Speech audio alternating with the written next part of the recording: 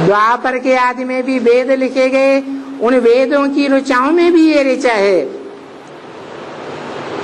कि हे भगवान, हम तुम्हें पहले सर्वव्यापी नहीं मानते थे, अब सर्वव्यापी मानते हैं।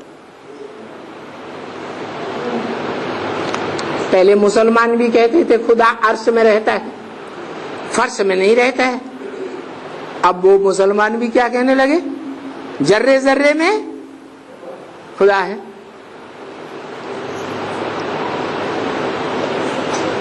तो अभी की बात है, जो सर्वव्यापी को याद करते हैं। कैसे?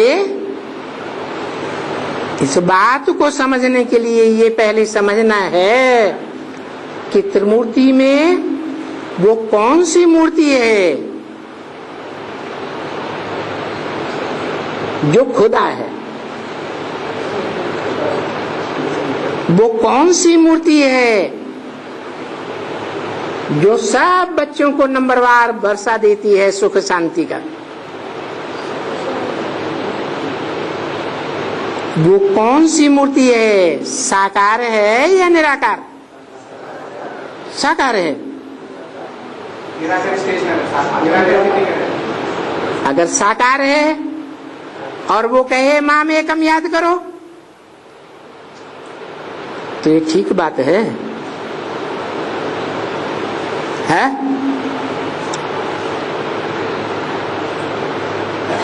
साकार देह भानी होता है या नहीं होता है? साकार है तो देवान वाला होगा, भले सृष्टि का पहला पत्ता देवता क्यों न हो। कृष्ण सो नारायण, उसमें भी देवान है आंखों में।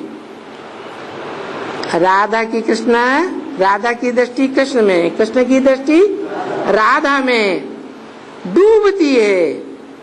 तो आंख भी देह का अंग है या नहीं?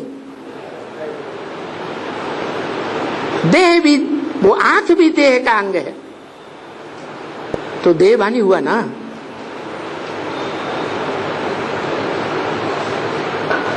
देवान से ही सृष्टि पैदा हुई ना। तो देवानी है तो साकारी है, साकारी है तो पहले ही जन्म से नीचे गिरने वाला है या ऊपर उठने वाला है? पहले ही जन्म से कलाएं कम होती आती हैं कि नहीं? तो वो जो ऊंचे से ऊंचा भगवंत है वो साकारी है या निराकारी?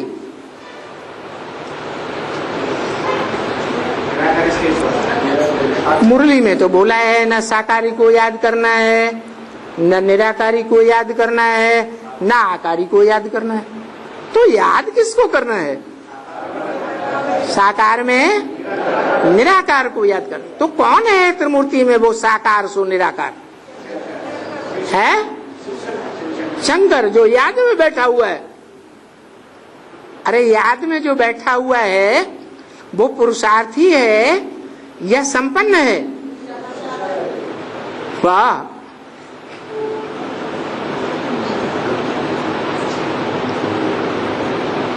शंकर पुरुषार्थी है या पुरुषार्थ कराने वाला है? पुरुषार्थी है तो कराने वाला ऊंचा हुआ ना। वो कौन?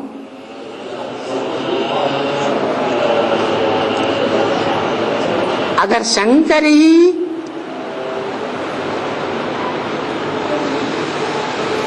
ऊंचते ऊंच भगवंत होता तो शास्त्रों में ये क्यों कह दिया गुरुर् ब्रह्मा गुरुर् विष्णु गुरुर्देवो महेश्वर गुरु साक्षात परम ब्रह्म तस्मै श्री गुरुवे नमः। परम ब्रह्म को क्यों नमन करते हैं? शंकर को नमन करते हैं? नहीं। फिर बताओ शिव के मंदिरों में भी शिवलिंग बीच में दिखाते हैं मुखिया के बतौर, और चारों ओर देवताओं की मूर्तियां रखी हुई हैं। उन देवी देवताओं की मूर्तियों के मुख्य स्थान पर शंकर की मूर्ति रखी है। तो शंकर भी किसको याद कर रहा है? शिवलिंग को याद कर रहा है ना, मुखिया को। जैसे और देवताएं आसपास बैठे हुए। तो पूछा कि त्रिमूर्ति के चित्र में पहले उस चित्र का परिचय दो जो साकारी भी है और निराकारी भी है।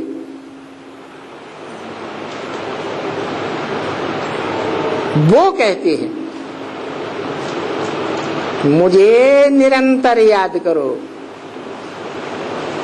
कौन कहते हैं मुझे निरंतर याद करो? शिव बाप कहते हैं